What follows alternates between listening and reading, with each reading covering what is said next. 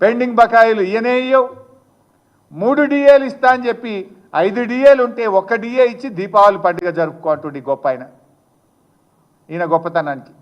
అది కేసీఆర్ గారు ఎలక్షన్ల ముందు ఎలక్షన్ కమిషన్కు రాసి 1 డిఏ విడుదల చేయడానికి అప్పటికే నిర్ణయం తీసుకున్నారు. 1 డిఏనా నువ్వు ఇచ్చేది? మా ప్రభుత్వం 15 డిఏలు ఇచ్చింది మేము అధికారంలో ఉన్నప్పుడు.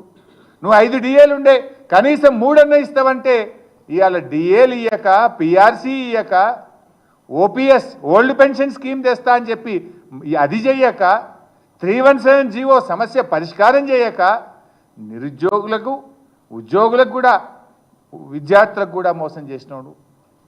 ఇవాళ ఉపాధ్యాయ ఉద్యోగులకు కూడా తీవ్రమైన అన్యాయం చేసినావు. ఏ వర్గం?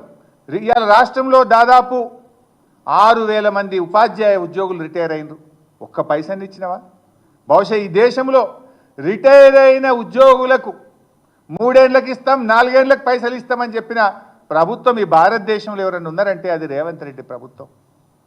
రిటైర్మెంట్ అయినాక కూడా నయా పైసా ఇవ్వకుండా పాపం జీవితమంతా కష్టపడి పిఎఫ్ రూపంలో, ఇన్సూరెన్స్ రూపంలో తాము దాచుకున్న డబ్బులు రిటైర్ అయినప్పుడు వస్తే ఇంత ఇల్లు కట్టుకుంటాం, పిల్లల పెళ్లిళ్ళు చేస్తామంటే ఆ డబ్బు ఇయ్యని ముఖ్యమంత్రి ఈ దేశంలో ఎవరు ఉన్నారంటే రేవంత్ రెడ్డి మాత్రమే.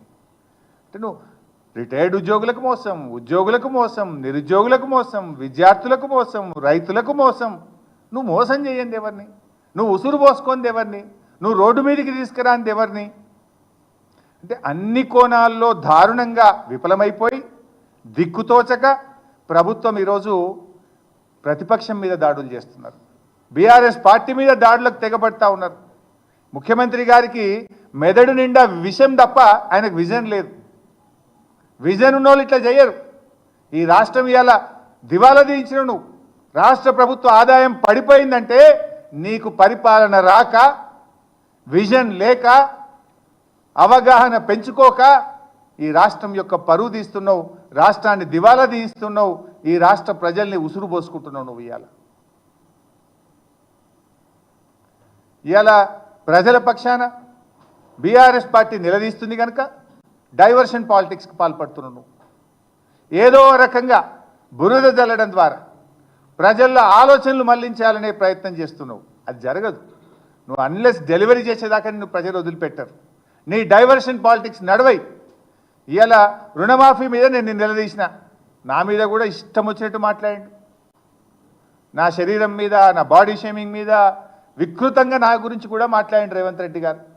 చాలా ప్రయత్నాలు చేస్తున్నాడు, చాలా ఎంక్వైరీలు చేస్తున్నాడు.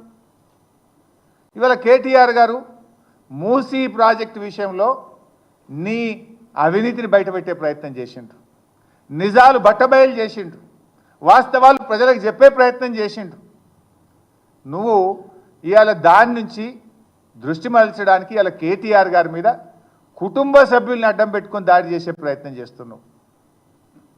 It's shame. డైరెక్ట్ కొట్లాడు, రాజకీయంగా కొట్లాడు, సమాధానం ఉంటే చెప్పు. మేము అడుగుతున్న ప్రశ్నలకు బీఆర్ఎస్ పార్టీ, కేటీఆర్ గారు చాలా స్పష్టంగా చెప్పిండ్రు. మూసీకి అభివృద్ధికి మేము వ్యతిరేకం కాదు, సుందరీకరణ పేరిట పేదల ఇల్లు కూలగొట్టడానికి వ్యతిరేకం, మూసీలో జరుగుతున్న అవినీతికి మేము వ్యతిరేకమని కేటీఆర్ గారు చెప్పిండ్రు. దాని వెనుక జరుగుతున్న అవినీతిని బట్టబయలు చేసిండు కనుక, పేదల ఇండ్లు కాపాడే ప్రయత్నం చేసిండు కనుక, పేదల హక్కుల కోసం కేటీఆర్ కొట్లాడిండు కనుక నువ్వు ఆయన కుటుంబ సభ్యులను అడ్డం పెట్టుకొని ఆయన మీద బురద చల్లాలని, ఆయన యొక్క క్యారెక్టర్ను దెబ్బతీయాలని కుట్ర చేస్తున్నావు. కానీ అట్టర్ ఫ్లై అయిపోయినావు కదా. ప్రజలకు అర్థమైపోయింది ఈ డ్రామా అంతా. ప్రజలు అర్థం చేసుకుందని ఈ డ్రామాను. వాస్తవానికి రాష్ట్రంలో ఏం జరుగుతుంది ఈరోజు? ప్రతి వర్గం రోడ్డు మీదకి ఎక్కింది కదా. బైసాబ్ ఇప్పటిదాకా నేను చెప్పినట్టు పురుగులు లేని భోజనం కోసం గురుకుల పిల్లలు రోడ్డు ఎక్కింది కదా. పాలమాకుల దగ్గర గురుకుల పిల్లలు మా అన్నంలో పురుగులు వస్తున్నాయని చెప్పి నేషనల్ హైవే బెంగళూరు మీద రోడ్డుకి ఎక్కిండ్రు. నేను సబితా ఇంద్రారెడ్డి గారు పోయినాం కదా. అంటే ఈ రాష్ట్రంలో ఏమైంది? పురుగులు లేని అన్నం కోసం పిల్లలు రోడ్డు ఎక్కుతున్నారు, స్కాలర్షిప్ల కోసం విద్యార్థులు రోడ్డు ఎక్కుతున్నారు, ఉద్యోగాల కోసం నిరుద్యోగులు రోడ్డు ఎక్కుతున్నారు, రుణమాఫీ రైతు బంధు కోసం రైతులు రోడ్డు ఎక్కుతున్నారు, జీతాల కోసం ఆశాలు అంగన్వాడీలు రోడ్డు ఎక్కుతున్నారు, నిధులు విడుదల చేయాలని గ్రామ పంచాయతీ సిబ్బంది సర్పంచులు రోడ్లు ఎక్కుతున్నారు, ఫార్మా కంపెనీలను వ్యతిరేకిస్తూ నీ నియోజకవర్గం కొడంగల్లో నీ ప్రజలు కూడా రోడ్లు ఎక్కుతున్నారు.